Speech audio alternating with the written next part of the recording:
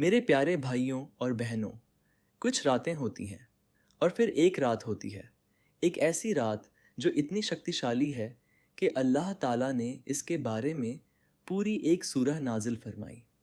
ایک ایسی رات جو اتنی خاص ہے کہ فرشتے دھرتی پر اترتے ہیں۔ ایک ایسی رات جو اتنی قیمتی ہے کہ اس میں عبادت کرنا پوری زندگی کی عبادت سے بہتر ہے۔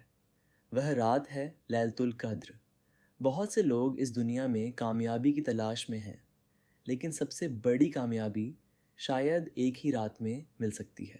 اللہ کا وعدہ۔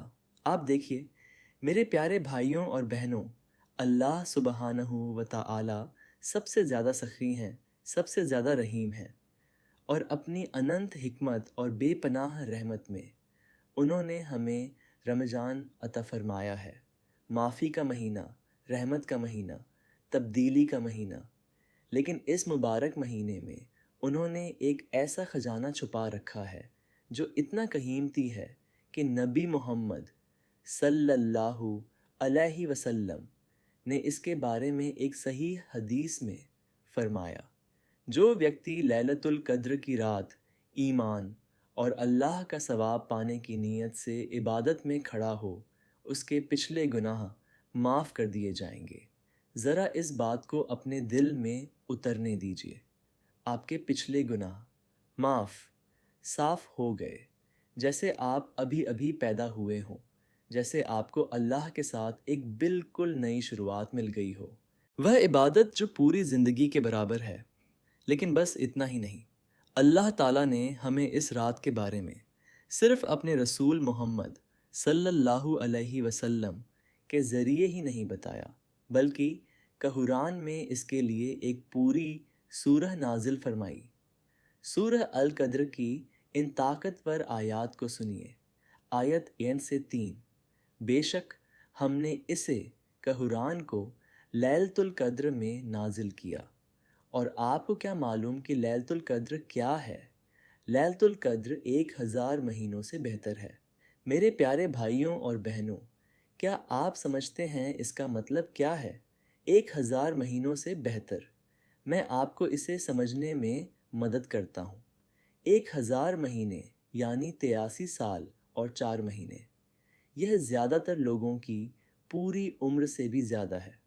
ذرا کلپنا کیجئے کہ آپ نے اپنی پوری زندگی بچپن سے بڑھاپے تک اللہ کی عبادت میں گزاری، ہر رات تہجد پڑھی، ہر دوسرے دن روزہ رکھا، لگاتار صدقہ دیا، روزانہ قرآن کی تلاوت کی، 83 سال کی شدھ عبادت۔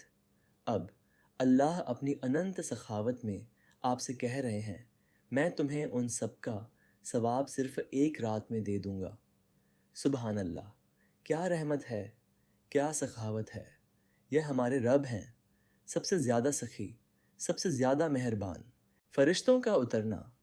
سورہ القدر کی آیت 4 اور 5 میں اس رات میں فرشتے اور جبریل علیہ السلام اپنے رب کی اجازت سے ہر کام کے لیے اترتے ہیں۔ وہ رات فجر کے ادے ہونے تک سلامتی ہی سلامتی ہے۔ کیا آپ اس منظر کی کلپنا کر سکتے ہیں؟ فرشتے، نور کی یہ شاندار مخلوقات جو ہمیشہ عبادت میں رہتی ہیں، جو کبھی اللہ کی نافرمانی نہیں کرتی، وہ اس رات دھرتی پر اترتے ہیں۔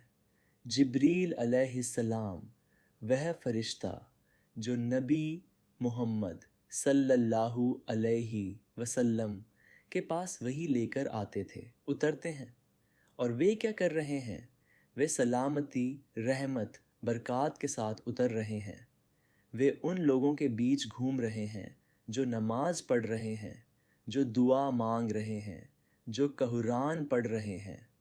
وہ آپ کی دعاؤں پر آمین کہہ رہے ہیں۔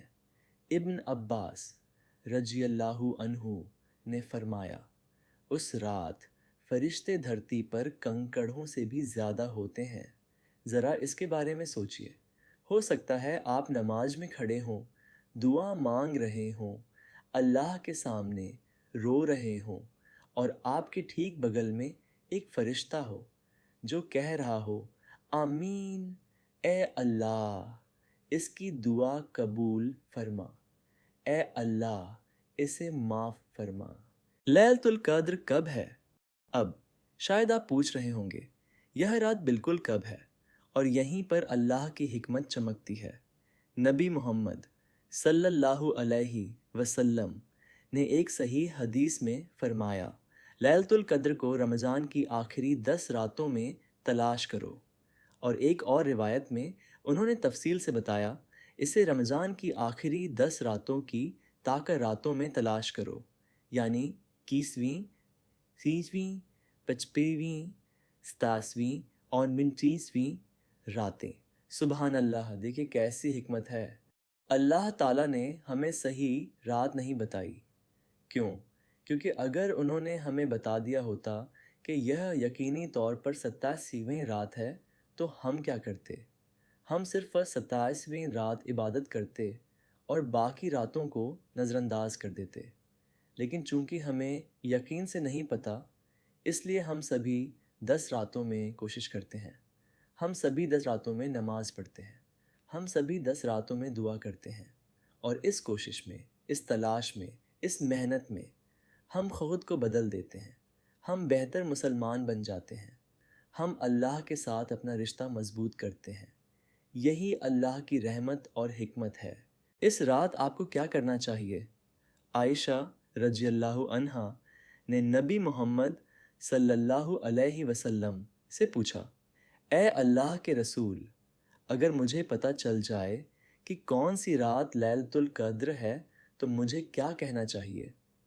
اور نبی محمد صلی اللہ علیہ وسلم نے انہیں یہ خوبصورت سنکشپت طاقتور دعا سکھائی، اللہم انکا عفوٌ تحب العفو فاعف عنی، اے اللہ تو بہت معاف کرنے والا ہے اور تو معافی کو پسند کرتا ہے تو مجھے معاف فرما۔ میرے پیارے بھائیوں اور بہنوں، دھیان دیجیے کہ نبی محمد صلی اللہ علیہ وسلم نے کیا سکھانے کا چناؤ کیا۔ کوئی لمبی پیچیدہ دعا نہیں، دولت یا رتبے کی درخواست نہیں، بلکہ معافی، کیونکہ آخر میں ہمیں اللہ کی معافی سے زیادہ کس چیز کی ضرورت ہے؟ اپنی سلیٹ صاف کروانے سے زیادہ قیمتی کیا ہے؟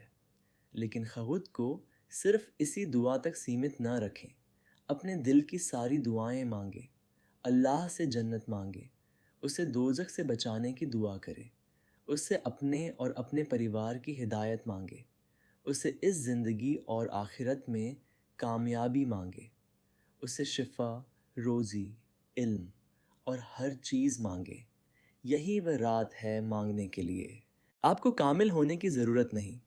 بہت سے لوگ سوچتے ہیں میں بہت گنہگار ہوں، میں نے رمضان میں پہلے کافی نہیں کیا، میں بہت تھکا ہوا ہوں، لیکن لیلۃ القدر کامل لوگوں کے لیے نہیں ہے۔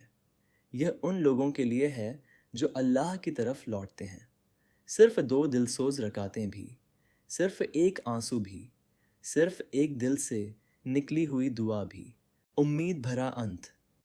میرے پیارے بھائیوں اور بہنوں، آپ کا اطیت آپ کو پریبھاشت نہیں کرتا، آپ کی غلطیاں آپ کو پریبھاشت نہیں کرتیں۔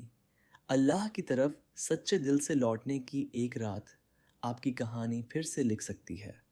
لیلۃ القدر صرف ایک رات نہیں ہے، یہ ایک موقع ہے، معافی کا موقع، رحمت کا موقع، ایک نئی شروعات کا موقع۔ اسے کسی اور رات کی طرح گزر مت جانے دیں، کیونکہ یہ رات آپ کی تقدیر ہمیشہ کے لیے بدل سکتی ہے۔ یا اللہ، ہمیں لیلۃ القدر کو دیکھنے کی توفیق عطا فرما، ہماری نمازوں اور ہمارے آنسوؤں کو قبول فرما، ہمارے پچھلے گناہوں کو معاف فرما اور ہمارے بھوشیہ کی رہنمائی فرما۔ ہمیں ان لوگوں میں شامل فرما جو دوزخ سے آزاد کر دیے گئے۔ آمین۔